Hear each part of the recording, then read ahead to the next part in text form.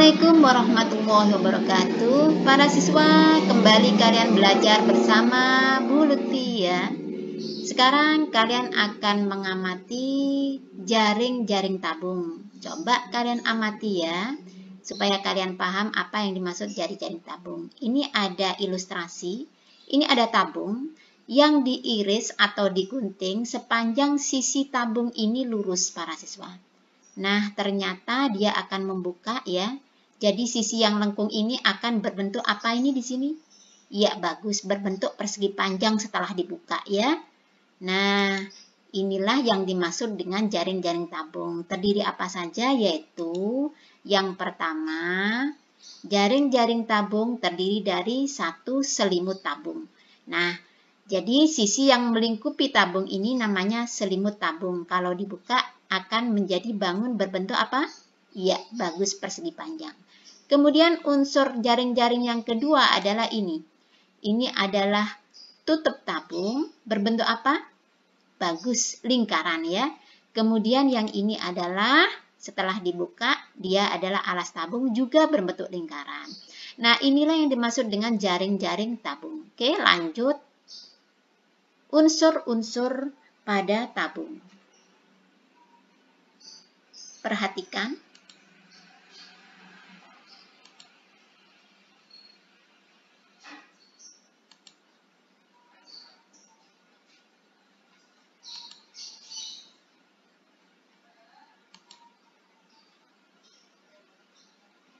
Nah, unsur-unsur pada tabung antara lain diantaranya adalah yang pertama lingkaran satu. Lingkaran satu ini merupakan alas tabung dengan jari-jari R1 dan lingkaran 2 merupakan tutup tabung dengan jari-jari R2.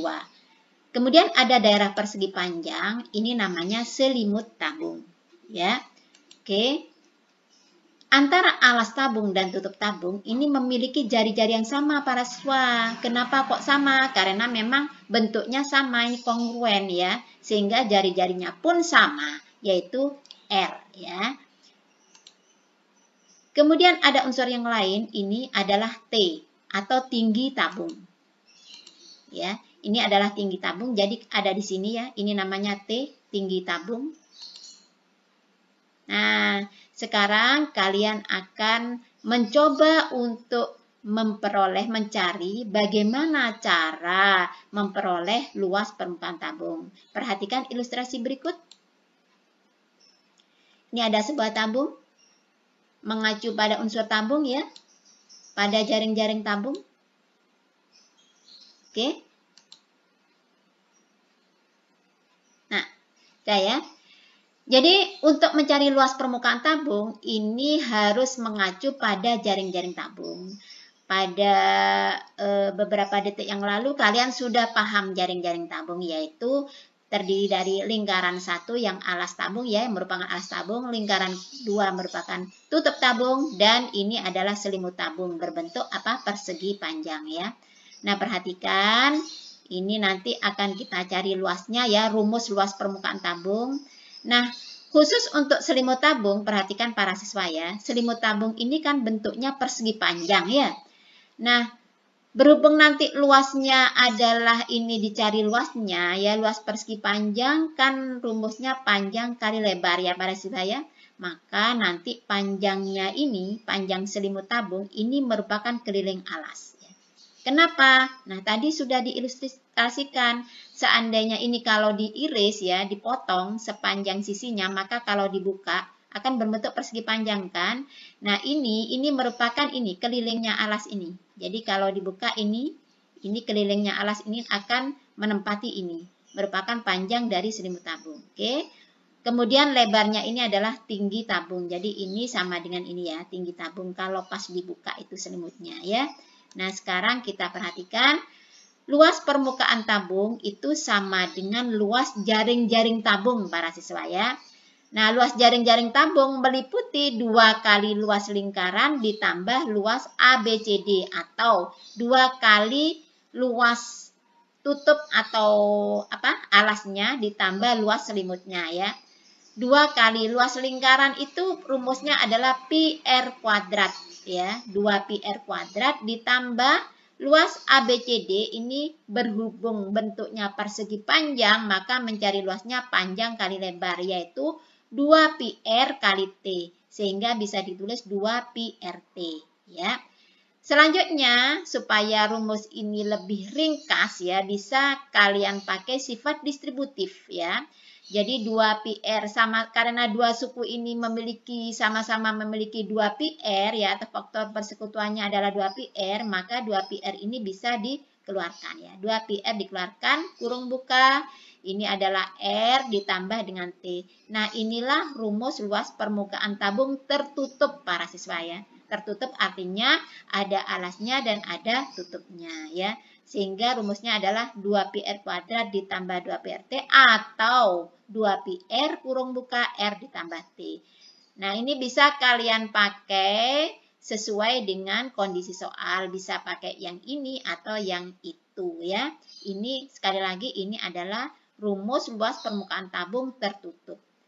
Nah, lain permasalahan kalau tabungnya terbuka, misalkan tutupnya sudah dibuka, maka tinggal alasnya, maka nanti ini tinggal mengurangi lingkaran satu lingkaran, ya.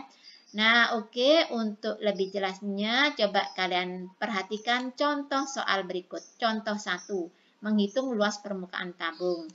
Nah, di sini ada tabung, ya.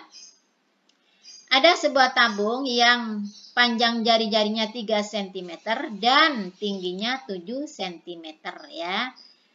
Yang ditanyakan adalah luas permukaan tabung. Maka nanti alternatif penyelesaiannya, langkah pertama para siswa, kalian tulis rumusnya dulu, ya. Rumusnya adalah L sama dengan 2πr kurung buka R ditambah T kurung tutup. Oke. Kemudian angka-angka yang sudah diketahui yaitu jari-jari dan tinggi, ini kamu gantikan ke rumus ini, ya. Sehingga L sama dengan 2πr, ya, 2πr-nya diganti dengan 3, R diganti dengan 3, kemudian T diganti dengan 7. Sehingga menjadi 2pi dikalikan 3, dikalikan 3 ditambah 7. Nah, 2pi kali 3, ini adalah 2 kali 3 adalah 6pi, ya. Dikalikan 3 tambah 7, 10. Sehingga hasilnya menjadi 60pi. Nah, para siswa perlu kalian pahami. Kalian cukup menuliskan luas permukaan tabung ini dengan 60pi. Cukup seperti itu, tidak apa-apa. Atau boleh kalian hitung, kalian lanjutkan. Ingat, pi ini adalah nilai, ya, lambang atau simbol yang mempunyai nilai 3,14 atau 22/7. Nah, ini bisa kalian hitung lebih lanjut, ya. Kalau ingin menghitung lebih lanjut, boleh dilanjutkan lagi menghitungnya, yaitu 60 dikalikan 3,14. Nanti itu kamu kalikan. Atau boleh cukup 60pi saja. Sehingga Ibu contohkan di sini, jadi luas permukaan tabung adalah 60pi cm persegi. Nah, ini juga kondisional para siswa, tergantung kalau soalnya pilihan ganda, kalau pilihan jawaban itu mengandung pi, cukup berhenti sampai di sini. Tapi kalau tidak mengandung pi, maka harus kamu hitung, ya, sehingga bisa sampai akhir perhitungannya. Oke, sekarang contoh soal yang nomor 2. Apa contohnya? Yaitu menghitung panjang jari-jari jika diketahui luas permukaan tabung. Contohnya ini ada tabung, luasnya adalah 528 cm persegi dan tingginya 8 cm. Yang dicari adalah panjang jari-jari. Luasnya sudah diketahui dan tingginya sudah diketahui. Bagaimana cara menyelesaikannya? Perhatikan berikut. Langkah pertama, seperti biasa, kamu harus menulis dulu rumusnya, ya. L sama dengan 2πr kurung buka R ditambah T kurung tutup. Oke. Kemudian luasnya ini kamu ganti dengan nilai 528. Kemudian R-nya dibiarkan karena ini tidak diketahui, ya, belum diketahui yang akan dicari. R juga dibiarkan ini. Kemudian T-nya diganti dengan 8. Oke. Sehingga menjadi seperti ini. 528 sama dengan 2 dikalikan 22/7, ya. Jadi pi-nya ini diambil 22/7. Dikalikan R dalam kurung R ditambah 8. Oke. Lanjutnya kemudian ini 2 kali 22/7 dihitung. Menjadi berapa? Iya, bagus, menjadi 44/7. Jadi seperti ini. 528 sama dengan 44/7 dikalikan R kurung buka R ditambah 8. Nah, dari langkah yang ini para siswa, ini kamu harus 44/7 ini harus dikalikan dengan kebalikannya, yaitu 7/44. Supaya apa? Supaya ini menjadi 1 ya, nilainya 1. Karena kalau 1 kali bilangan berapapun hasilnya nanti bilangan itu sendiri kan ya. Sehingga masing-masing ruas ini dikalikan dengan 7/44. Tujuannya itu ya, supaya ini menjadi 1 nilainya. Jadi harus dikalikan 7/44. Sehingga 528 dikalikan 7/44 sama dengan R kurung buka R ditambah 8. Nah, perhatikan dari langkah ini. 44/7 sudah habis ya. Karena kalau dikalikan 7/44, dia bernilai 1. Sehingga hasilnya ini untuk ruas yang kanan ya. Nah, ini. Nah, kemudian 528 kali 7/44. Ini kamu hitung para siswa ya. Jadi kamu hitung 528 kali 7 berapa. Kemudian dibagi 44 berapa. Terus, di skip aja ya. Nanti hasilnya adalah 84. Jadi hasilnya 84 hasil perhitungannya. Sama dengan R kali R plus 8. Nah, dari sini para siswa, dari baris terakhir ini ya, baris terakhir ini kamu cari ya, ini kan perkalian dua bilangan ini. Bilangan yang pertama R, bilangan yang kedua R ditambah 8. Artinya, kamu cari dua bilangan yang kalau dikalikan hasilnya 84 para siswa ya. Tapi catatannya, dua bilangan ini harus berselisih 8. Artinya, kalau bilangan pertama ini misalkan 1 ya, maka bilangan kedua harus berapa? Ya, 9. Kenapa? 1 dengan 9, karena 9 dikurangi 1 itu 8. Jadi selisih dua bilangan ini harus 8 ya. Maka caranya kamu cari alternatif perkalian dua bilangan yang hasilnya 84. Kemudian kamu lihat selisihnya dia 8 apa enggak. Kalau 8 itulah yang dipilih. Oke? Dicoba ya. Ini coba perhatikan. Nah, ini ya. 84 kita cari. Perkalian pertama 1 kali 84. Nah, ini selisihnya kan 83 ya. 84 kurangi 1 83. Jangan dipilih ya.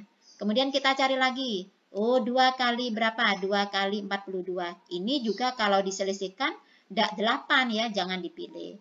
Kemudian dicari lagi. 3 kali 28, ini juga kalau dikalikan kan 84 ya. Tapi selisihnya dia 25 ya. 28 kurangi 3 kan 25. Jangan dipilih. Terus, kita cari lagi 4 kali 21. Nah, 21 dengan 4 ini selisihnya jauh, bukan 8 ya. Jangan dipilih.